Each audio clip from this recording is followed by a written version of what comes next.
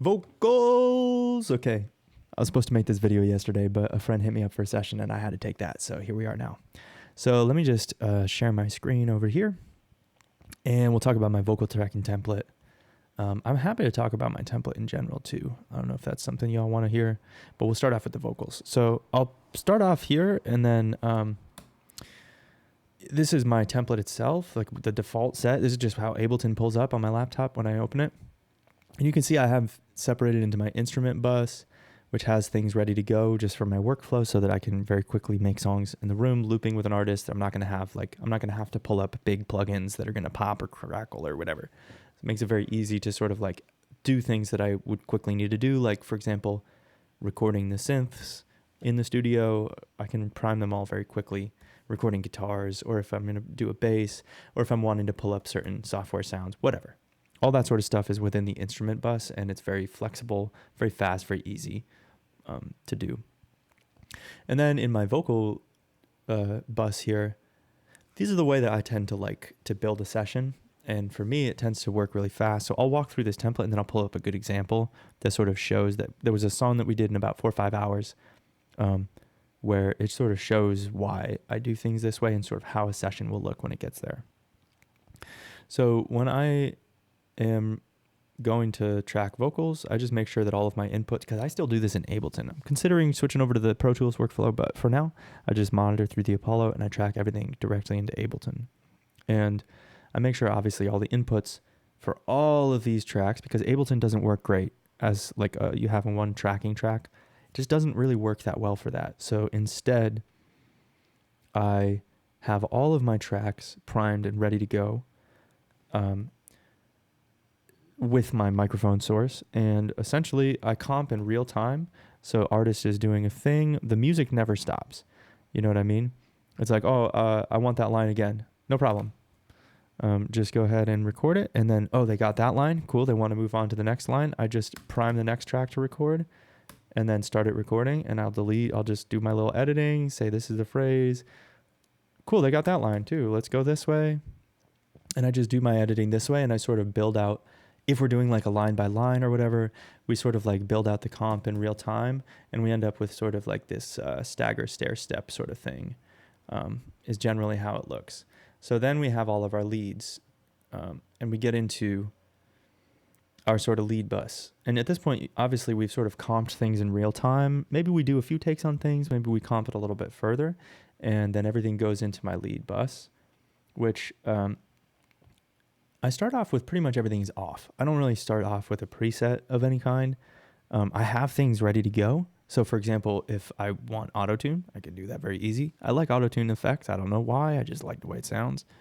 I think the tube sounds really good if you're wanting a little grittier thing. I think the compression is a really good way to get the vocal sounding very forward. It pronounces the upper mids in a really nice way, but it doesn't sound harsh. I love this compressor actually for making things sound forward. It's very, very effective at that. And I keep the mix relatively low. EQ is really just a little bit of a boost at 5K, just a little bit of a presence lift. And that's really about it on this plugin. I've got a Pro Q that is really just rolling off 70 Hertz. Oftentimes, really, this is what my vocal EQ looks like. If it's a super bright mic, then sometimes it looks like this. Know what I mean?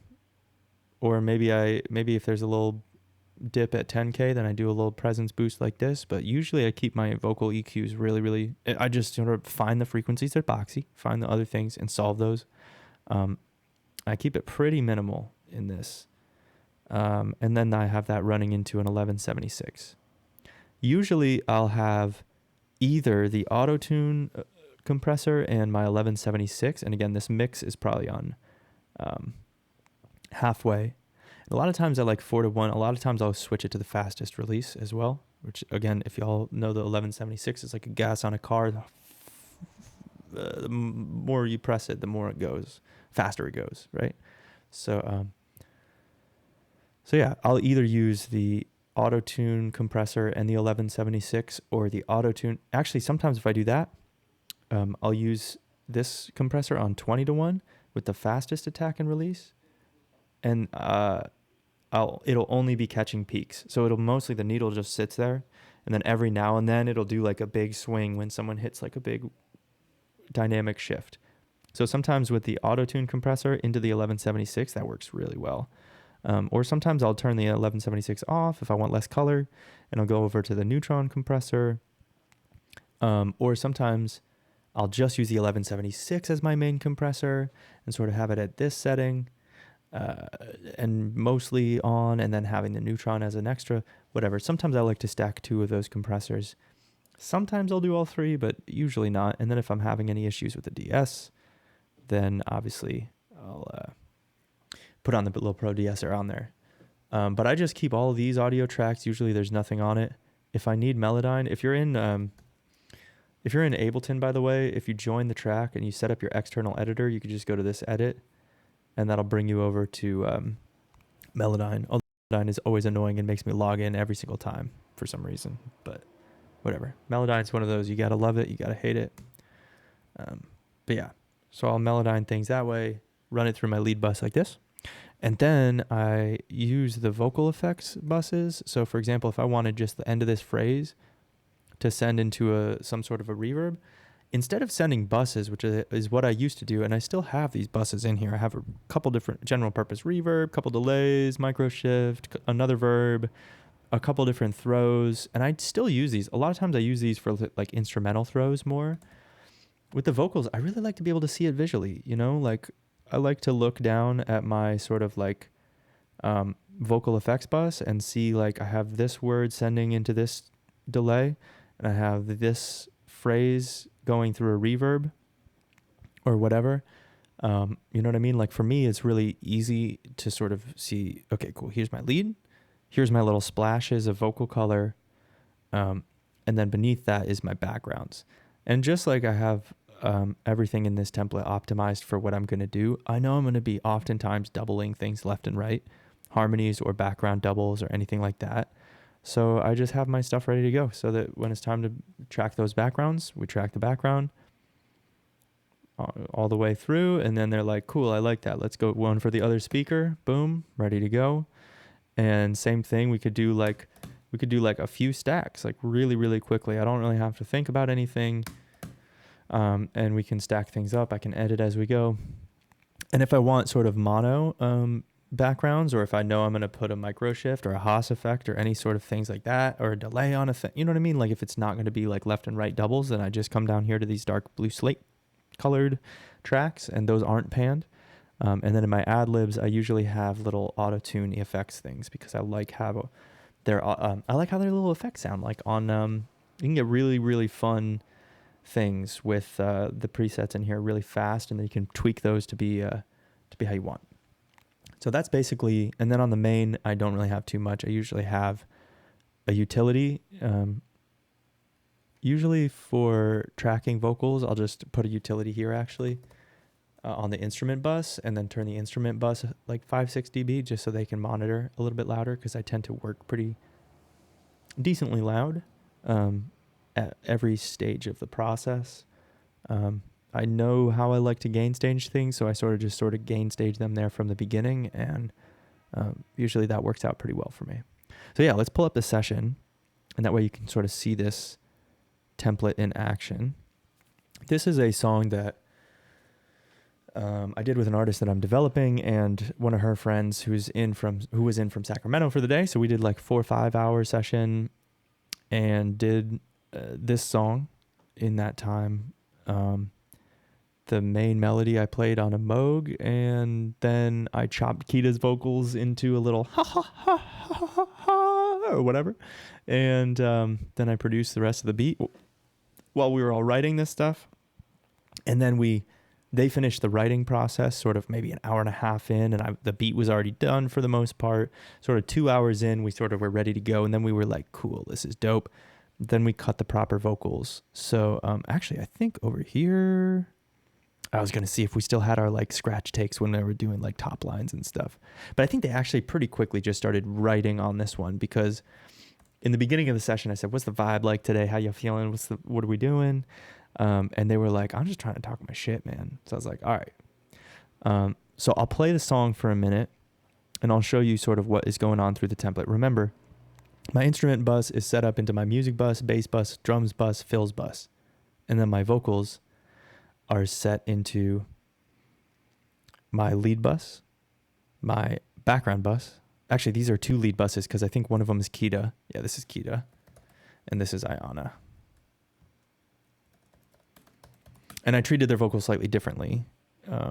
Different vocal chains, different voices, you know what I mean? They just sounded slightly different. And then I have these vocal effects, which is, again, the main point, the main thing we're talking about today. And you can see, and this is why I like it, because in here I can see all of the things that are happening within the vocals. I can tell, oh, there's a delay throw there, there's a reverb throw there, there's whatever. There's something going on colorful in the vocals in these little moments. And you can see how it's really just little spots. They're chopped. A lot of them are, I'll do a little fade in, or sometimes I'll be throwing to, okay, this is throwing to a long reverb, and this is throwing to a little delay as well. So those 2 things together. Just give it a little bit of sauce. And then back down here too, you can see we've got our doubles in our background bus. You can see how I tracked them immediately on the tracks. They're already panned left and right because I know that that's where they're headed. Same thing over here. You know what I mean? It just makes it so that when we're tracking, this is how it left the tracking phase. You know what I mean? It was edited, it was comped. And then I've tuned these ones, you could tell because I gave them names. And then the names are crazy because we're all having too much fun because that's how we are in the studio. But you can see, again, same thing on the ad-libs, everything. It sort of fits within this. And when I pull this session up, I know exactly what I'm looking at. I see my markers. I know which sections we're on. And then if I need to fix something, I need to turn that down. Oh, where is it? It's a guitar, right? So where is it going to be? It's going to be in here. You know what I mean? Oh, I want the kick louder. Boom. It's right there. So I don't have to waste time. As I was building it, I didn't have to waste time. And because everything sort of fits within the same things, and color structure is just like you guys have with your templates. It's super easy to see. Okay. And then let me play the song. I'll play like first minute or something. I walk like this, so they talk like that.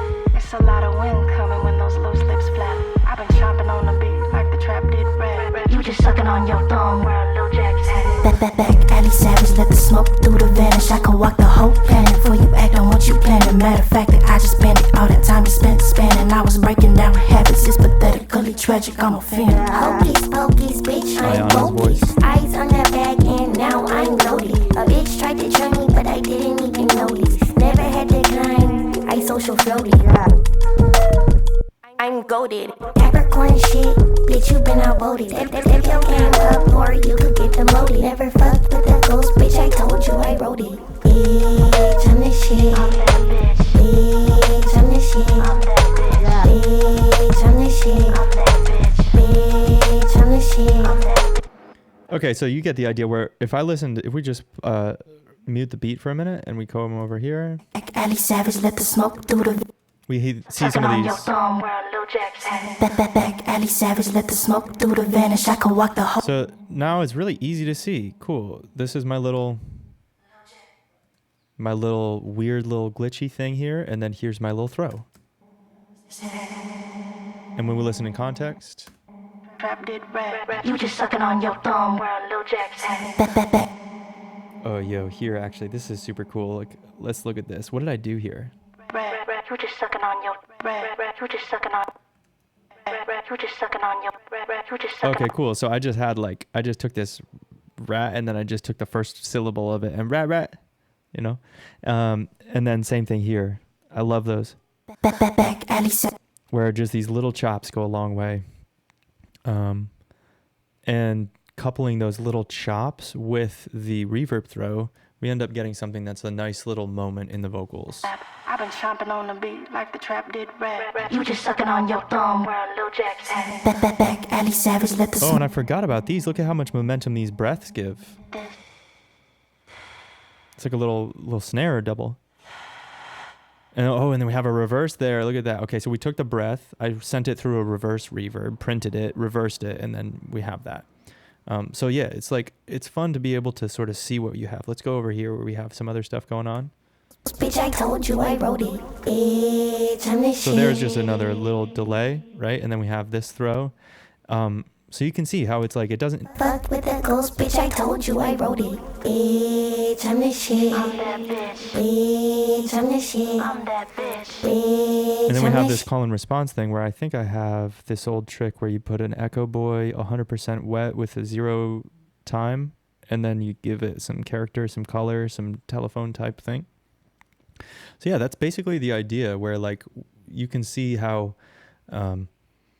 because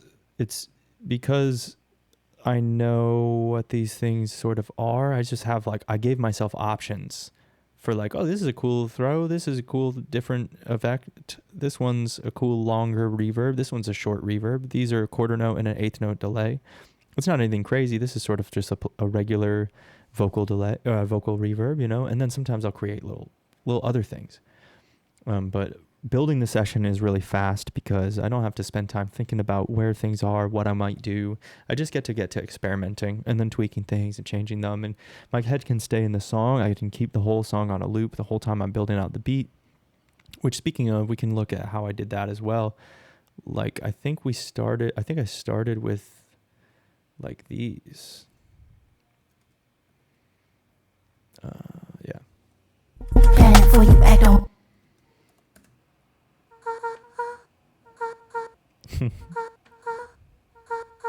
It's so funny. That's Kita's voice. Yeah, because Kita was like a vocal chop, and I was like, always vocal chops. So yeah.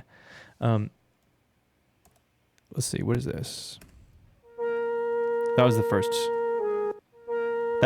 sound. Just a little synth. And you can see sometimes I don't adhere fully to my template because my synth is in my guitar bus, but whatever. And then we have our 808s here. Did I have a different 808 here? No, I didn't. Interesting. That's funny. It's like an extra. Anyways, so that's it, man. That's pretty much my template. It's optimized to sort of be fast, flexible, get me where I need to go as fast as possible. And then a little bonus for you is, so actually maybe I won't do that here.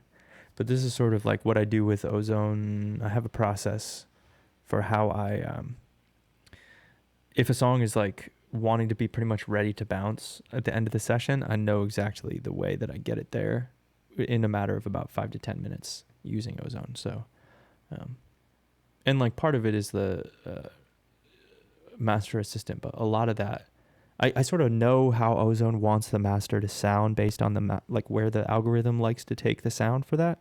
So it's actually really good for checking rooms.